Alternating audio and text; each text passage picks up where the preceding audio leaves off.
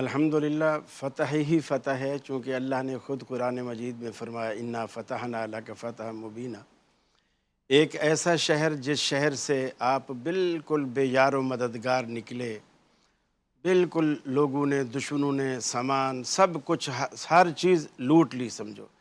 تہی ہاتھ آپ مدینے میں پہنچے، اور پھر اللہ تعالیٰ نے چند ہی سالوں بعد اسی شہر میں جس سے آپ بے یار و مددگار نکلے تھے، فاتح کی حیثیت سے اللہ نے وہ عزت دی۔ آپ قدم رکھتے ہیں اس مکے کے اندر، چونکہ اس سے پہلے جو حدیبیہ کا جو معاہدہ ہوا، اور اس معاہدے کی حالانکہ بظاہر جتنی بھی شکیں تھیں ساری کی ساری بظاہر ایسا لگ رہا تھا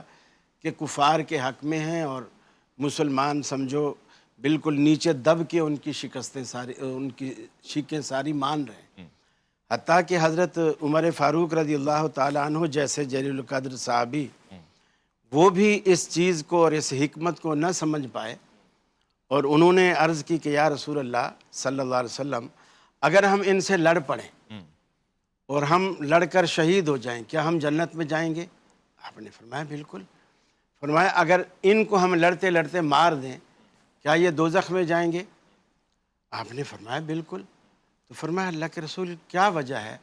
کہ ہم بالکل خود کو اتنا نیچے گرا کے ان کی ہر شک ہم مانتے چلے جا رہے ہیں، یہاں تک بھی کہ اگر ہمارا کوئی بندہ مکے سے مدینے آئے گا آپ کو ہمیں واپس کرنا ہوگا، لیکن اگر تمہارا کوئی بندہ مدینے سے مکے آئے گا ہم واپس نہیں کریں گے، یعنی ہر چیز جیسے الٹ۔ پھر حضرت عمر کو جب سمجھ نہیں آئی، انہوں نے صدیق اکبر رضی اللہ تعالیٰ عنہ کے خیمے میں گئے، صدیق اکبر سے کہا کہ اس طرح ہو رہا ہے، کیا ہم لڑ کے شہید ہو جائیں تو ہم جنتی نہیں، اور وہ لڑ کے مارے جائیں تو کیا وہ جہنمی نہیں؟ صدیق اکبر نے کہا بالکل۔ کہا پھر کیا وجہ ہے ہم سارے فیصلے دب کر کیوں تسلیم کر رہے ہیں؟ صدیق اکبر رضی اللہ تعالیٰ عنہ نے کہا کہ اے عمر، وہ اللہ کا رسول ہے، تو اللہ کا رسول نہیں ہے، وہ وحی کی آنکھ سے دیکھ رہا ہے، جو کچھ وہ دیکھ رہا ہے وہ تمہیں نظر نہیں آ رہا،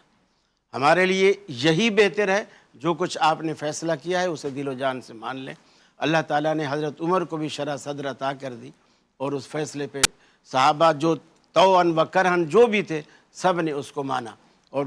ایسے اس وقت صحابہ کرام کی حالت تھی کہ اللہ کے رسول صلی اللہ علیہ وسلم نے صحابہ کرام سے کہا کہ اپنے احرام کھول دو، تو کوئی آپ کی بات ماننے کو تیار نہیں۔ حالانکہ چند لمحے پہلے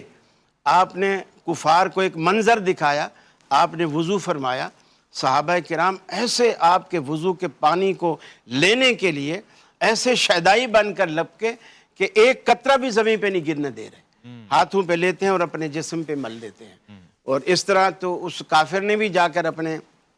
لوگوں سے کہا کہ میں نے بڑی بڑی درباروں میں، بادشاہوں کی درباروں میں گھوما ہوں، سفارت کاری کی ہے، اور میں نے ان بادشاہوں کی جو ان لوگوں کے ہاں عزت دیکھی ہے میں نے وہ بھی مجھے معلوم ہے، لیکن اللہ کی قسم جو عزت میں نے محمد صلی اللہ علیہ وسلم کی ان کے چاہنے والوں میں دیکھی ہے، دنیا کے کسی بادشاہ کی وہ عزت نہیں دیکھی۔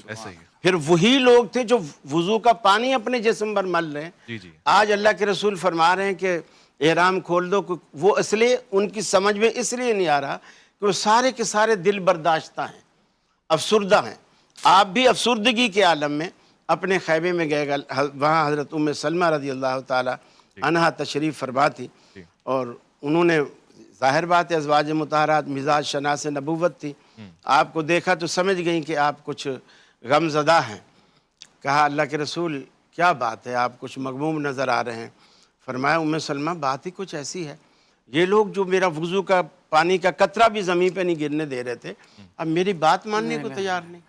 آپ نے فرمایا اللہ کے رسول وہ اس وقت دل برداشتہ ہیں، آپ انہیں حکماً نہیں کہو، بس آپ ان کے سامنے جا کر اپنے احرام کھولو، اپنے بال کٹاؤ، سب کچھ کرو، ان کو کچھ بھی نہیں کہو۔ اللہ کے رسول آئے، بال کاٹنے والے کو بلایا، بال کٹوایا، اپنے احرام کے کپڑے بدلے، پھر جو آپ نے نظر گھمائی سب کے سب بال کٹوا رہے ہیں، سب احرام کھول لیں، پھر آپ مسکراتے ہوئے واپس خیمے میں آئے، اور یہ جو مسکرانا تھا یہ حضرت ام سلمہ کو داد دینا تھا کہ تیرا مشورہ جو تھا وہ بالکل ایسے لگا جیسے تیر نشانے پہ جا کے لگتا ہے، وہ صحیح تھا، جی۔ تو آپ نے خوشی کا اظہار کیا اور کہا مسلمان جزاک اللہ تو نے مجھے بالکل صحیح مشورہ دیا۔ تو یہ لوگ جب یہاں سے چلے اور اللہ تعالیٰ نے وہی نازل کی انا فتحنا لک